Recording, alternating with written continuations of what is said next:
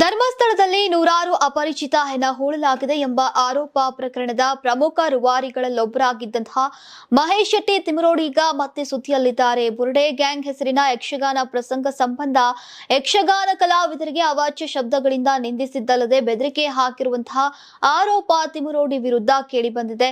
ಈ ಸಂಬಂಧ ಪುತ್ತೂರು ಮಹಿಳಾ ಠಾಣೆ ಮತ್ತು ಗ್ರಾಮಾಂತರ ಠಾಣೆಯಲ್ಲಿ ಪ್ರತ್ಯೇಕ ಪ್ರಕರಣಗಳು ದಾಖಲಾಗಿವೆ.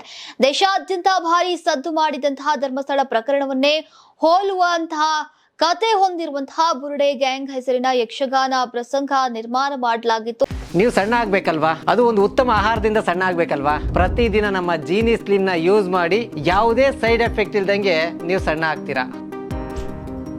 ಇದರಿಂದಾಗಿ ರೊಚ್ಚಿಗೆದ್ದಂತಹ ಮಹೇಶ್ ಶೆಟ್ಟಿ ತಿಮರೋಡಿ ಏಪ್ರಿಲ್ 11ರಂದು ಯಕ್ಷಗಾನ ಹಾಸ್ಯ ಕಲಾವಿದ ಪ್ರಜ್ವಲ್ ಗುರು ನಾಯಕನಕೆರೆಗೆ ಕರೆ ಮಾಡಿದ್ದರು. ಈ ವೇಳೆ ಕಲಾವಿದ ದಿನೇಶ್ ಶೆಟ್ಟಿಗಾರ್ ಮತ್ತು ಚಿತ್ರನಟ ಮಂದಾರ್ ಸುಂದರ್ ರೈ ಅವರ ಬಗ್ಗೆ ಅವಾಚ್ಯ ಶಬ್ದಗಳನ್ನ ಬಳಸಿದ್ದಲ್ಲದೆ ಅವರ ತಾಯಂದಿರ ಚಾರಿತ್ರ್ಯದ ಬಗ್ಗೆ ಕೂಡ ತೀರಾ ಕೆಟ್ಟದಾಗಿ ಮಾತನಾಡಿದ್ರು.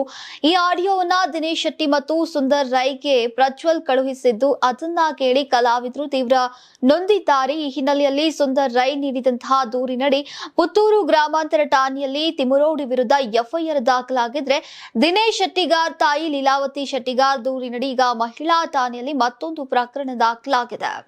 ಇನ್ನು ತೀರಾ ಅಂದ್ರೆ ಅತಿ ಕೆಟ್ಟದಾದಂತಹ ಪದಗಳನ್ನ ಯಕ್ಷಗಾನ ಕಲಾವಿದರ ಬಗ್ಗೆ ಮಹೇಶ್ ಶೆಟ್ಟಿ ತಿಮರೋಡಿ ಬಳಸಿರೋದು ಆಡಿಯೋದಲ್ಲಿದೆ.